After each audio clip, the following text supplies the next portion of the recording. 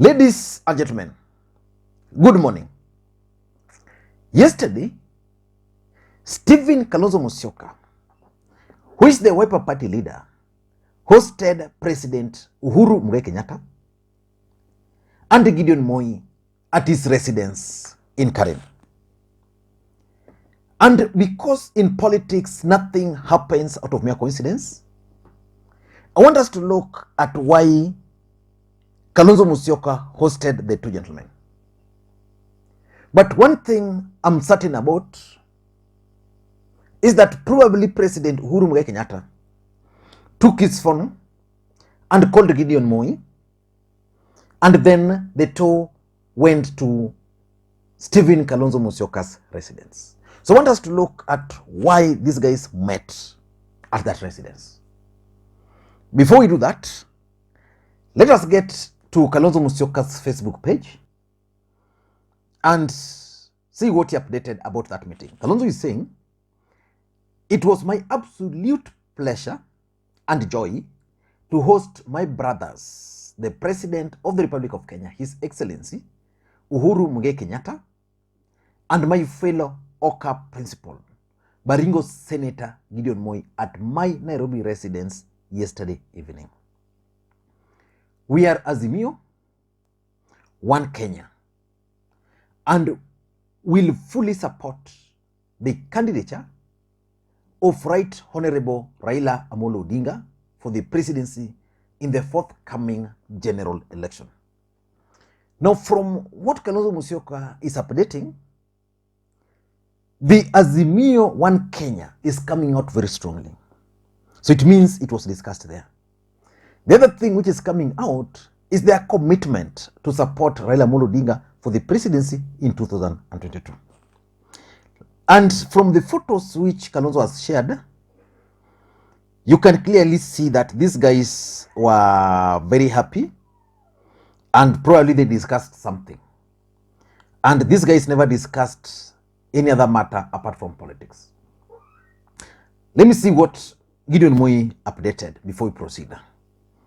Okay, Gideon Moi also posted something that we are forging a broad-based coalition that will leave no one behind in its quest to build a united and a prosperous nation, with President Uhuru Kenyatta and His Excellency Stephen Kalonzo Musyoka.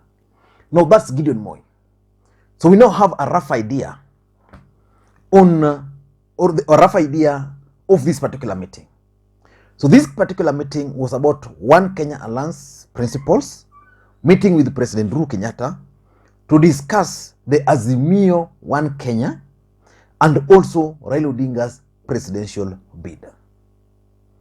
Before we get into all the details about this meeting, if you are watching this channel for the first time, I want you to take a second or two, click the subscribe button so that next time we produce a video like this, YouTube will automatically notify you. And to the subscribers, I want to continue to thank you guys for your continued support, because without that support, the channel cannot be where it is. Now, let us get back to the main business. And I want to go straight to the point why this meeting was held. Number one, I think President Uhuru Kenyatta wanted to thank Stephen Kalonzo Musyoka for accepting to join the Azimio la Umoja Movement. And as a matter of fact, it took great efforts of Gideon Moi and President Uhuru Kenyatta to persuade Stephen Kalonzo Musyoka to join the Azimio la Umoja Movement. Initially, Stephen Kalonzo Musyoka had insisted on going up to the ballot. But you know, President Uhuru Kenyatta is keen on one thing: stopping William Samoei Arap Ruto. And when Ruto went and raided One Kenya lands and picked Musalia Mudavadi and Moses Wetangula, Uhuru Kenyatta had no option but to try and do everything possible within his powers to stop Kalonzo from also living or running alone. So I think the president just decided that it would be good for me to just go to Kalonzo and say thank you. And the person who can take me there is none other than Gideon Moi. So that's number one. Number two, I think President Uhuru Kenyatta also went to Kalonzo Musyoka to iron some issues which have been disturbing Stephen Kalonzo Musyoka. The truth of the matter is that since Kalonzo Musyoka joined Azimio, the guy has been talking. Kalonzo has talked. In fact, yesterday Kenyans were like, Kalonzo should now stop talking. Because Kalonzo has talked. He has said everything. He has contradicted himself. And he has said things which sometimes most people thought he ought not to have said. For example, Kalonzo Musyoka at some point stated that they didn't sign anything. The next day, Kalonzo Musyoka was saying that the content of that coalition agreement is only known between the three of them, Raila, Uhuru, and himself. And he has said so many things. He has granted interviews, several of them, and in most cases contradicting himself. So I think the president went to him so that they could talk some of these issues which are disturbing Kalonzo Musyoka. The first issue which is disturbing Kalonzo Musyoka is the name of the coalition. You know, Uhuru and Raila came up with the Azimio la Umoja Movement. Kalonzo Musyoka came with One Kenya Alliance. And he tried so much to make One Kenya Alliance appear as an equal partner. So the first demand he put on the table was to have the name One Kenya as part of Azimio, so that it doesn't appear as if Azimio has swallowed One Kenya. So Kalonzo Musyoka is insisting on Azimio One Kenya. And Raila Odinga stated, I think, some time back there that it's Azimio. You've had people like the Machakos governor stating that it's Azimio. But Kalonzo wants the name Azimio One Kenya. One Kenya must be there. So I think they agreed, and that's why he's also making reference to that during, in his update, Facebook update. The second issue which is disturbing Stephen Kalonzo Musyoka is the role of Ukambani governors. Kalonzo Musyoka doesn't want Ukambani governors to be part of Azimio. And if they were to be part of Azimio, they'll be operating from a different layer. Kalonzo Musyoka has been very particular about with Charity Ngilu. Where is Charity Ngilu as we speak? Charity Ngilu, as we speak, is in UK with Raila Odinga. Charity Ngilu is a close ally of Raila Odinga. But Kalonzo Musyoka wants Charity Ngilu out of the picture.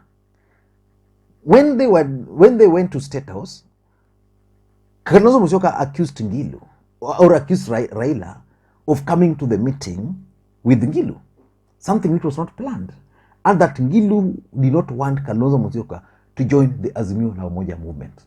So the role of Ukambani governors, who are also very key for President Uhuru Kenyatta and Raila Odinga, is something which was discussed here, because Gideon Moi, because Kalonzo Musyoka feels that these guys are going to take limelight from him. The third issue which is disturbing him is actually the issue of the running mate. And I was reading some reports from in one of the dailies, a statement which was issued by Mutula Kilonzo, that Kalonzo Musyoka will not accept anything less than a running mate.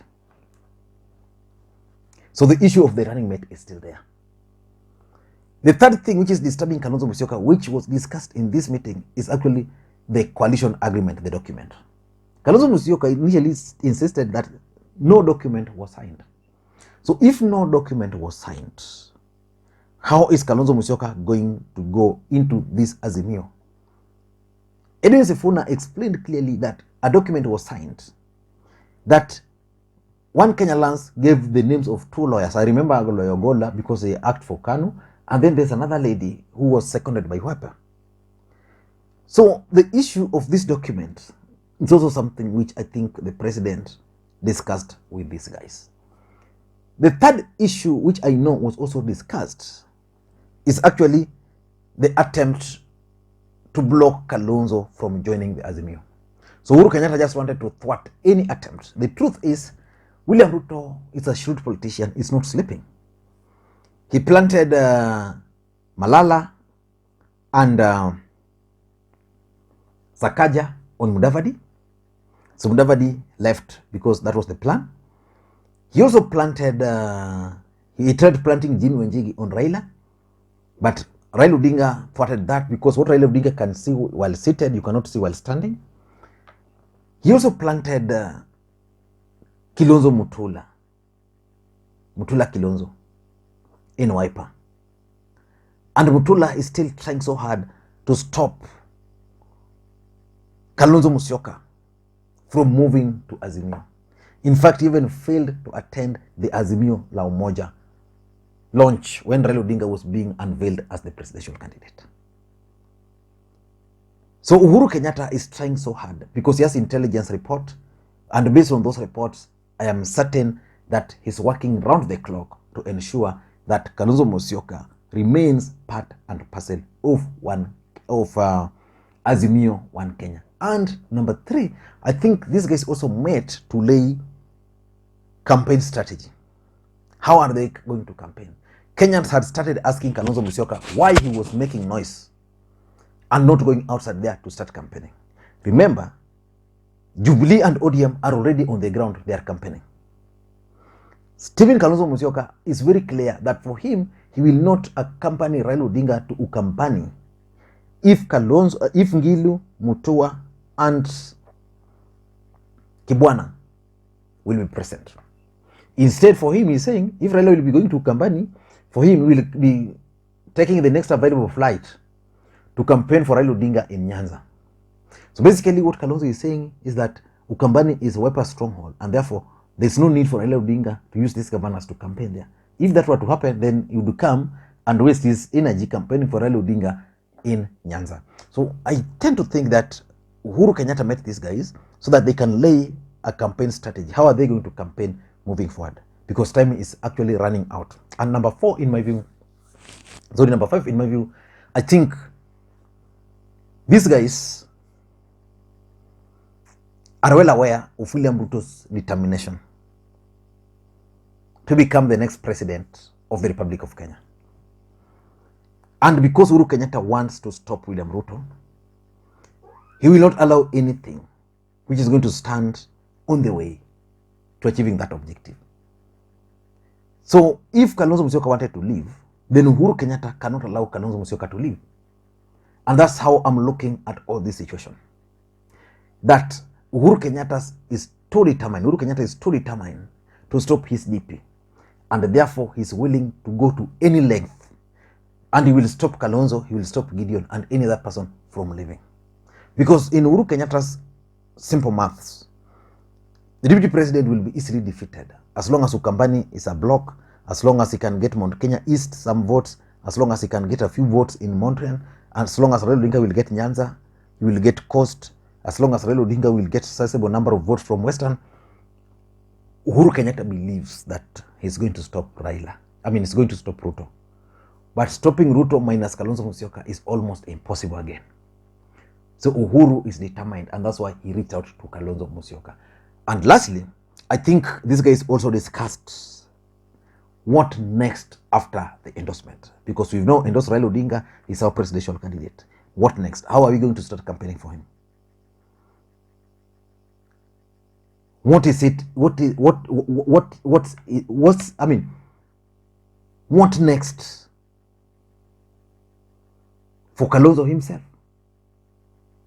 What position? How are they going to share? So I think what next after this endorsement was also discussed in this particular meeting. I don't know what you think, but that's my take. If you're watching the channel for the first time, please take a second or two, click the subscribe button so that next time we produce a video like this, YouTube will automatically notify you. Thank you guys, and please may you have a good day. Bye-bye.